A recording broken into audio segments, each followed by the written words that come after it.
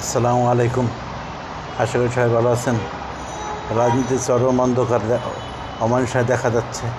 যে রাজনীতি সনদে স্বাক্ষরের পরে মনে করা হয়েছিল যে সব কিছু ঠিকঠাক হয়ে যাবে, এক সুন্দর নির্বাচন দিয়ে এগিয়ে যাচ্ছে দেশ, কিন্তু তা হচ্ছে না। ভারতীয় নির্বাচন দিয়ে দেশ এগিয়ে যাচ্ছে, কিন্তু সুন্দর নির্বাচন দিয়ে এগিয়ে যাচ্ছে এটা আর বলা যাচ্ছে না। প্রধান দুই দল বলতে বর্তমান প্রধান দল বিএনপির সাথে চরমভাবে লেগে গেছে জামাত। কিন্তু জামাতের সাথে বিএনপির যতটা কথার লড়াই, তার চেয়ে বেশি কথার লড়াই চলতেছে নবগঠিত এনসিপির সাথে।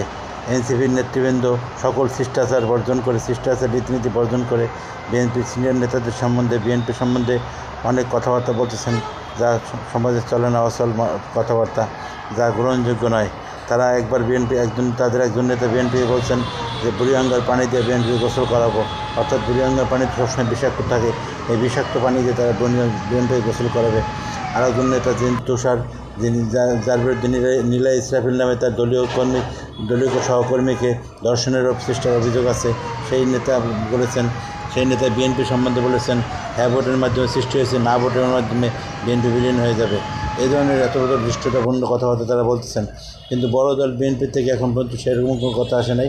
বিএনপি শুধু সরকারকে দায়ী করতেছে এই ঘটনার জন্য, এবং কমিশনকে দায়ী করতেছে ঘটনার জন্য। বিএনপি খুব ধৈর্যের পরিচয় দিচ্ছে, কিন্তু কোনো কথা তারা বলতেছে না।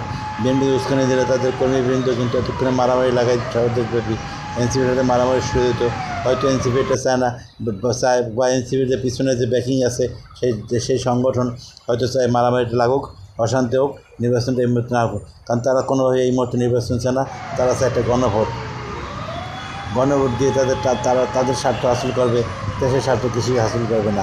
তারা মূলত চায় ৭১ মানুষ ভুলে যাক, ২৪কে নিয়ে মানুষ নাচানাচি করুক। ৭১ নিয়ে কোথাও আলোচনা নেই, তারা বলে এটা পুরনো বিষয়। ২৪-এ ২,০০০ মানুষ মারা গেছে, আর ৭১ মানুষ মারা গেছে ৩০ লক্ষ মানুষ। রাষ্ট্রের সকল কিছু ধ্বংস হয়ে গেছে, রাষ্ট্র ভাগ হয়ে গেছে। সেটাকে তারা এখন বস্তা পচামাল বা পুরনো বিষয় তুলে বলতেছে ৭১ যুদ্ধকে। আর এখন তারা সব কিছু ২৪ করতেছে।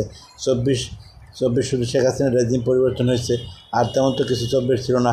২৪-এ তো সবাই ছাত্র যুদ্ধ করে নাই, ২৪-এ গামেছে, মেয়েরা নামেছে, ছেলেরা নামেছে, অনেক সাধারণ জনগণ অনেক অংশ নামছে। কিন্তু সকল ক্ষমতা তো ঢাকা বিশ্ববিদ্যালয় কেন্দ্রিক অল্প করে ছাত্ররা তো চলে গেছে, ওই বেসরকারি বিশ্ববিদ্যালয় ছাত্রদের টেনে আনে নেই।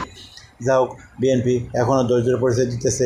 আমরা সেই বড় দল বড়ই থাকুক, বিএনপি তার জায়গায় ঠিক আছে, কিন্তু বিএনপির কলা কৌশলে টেকনিকে একসময় এনসিপি ধরা খেয়ে যাবে।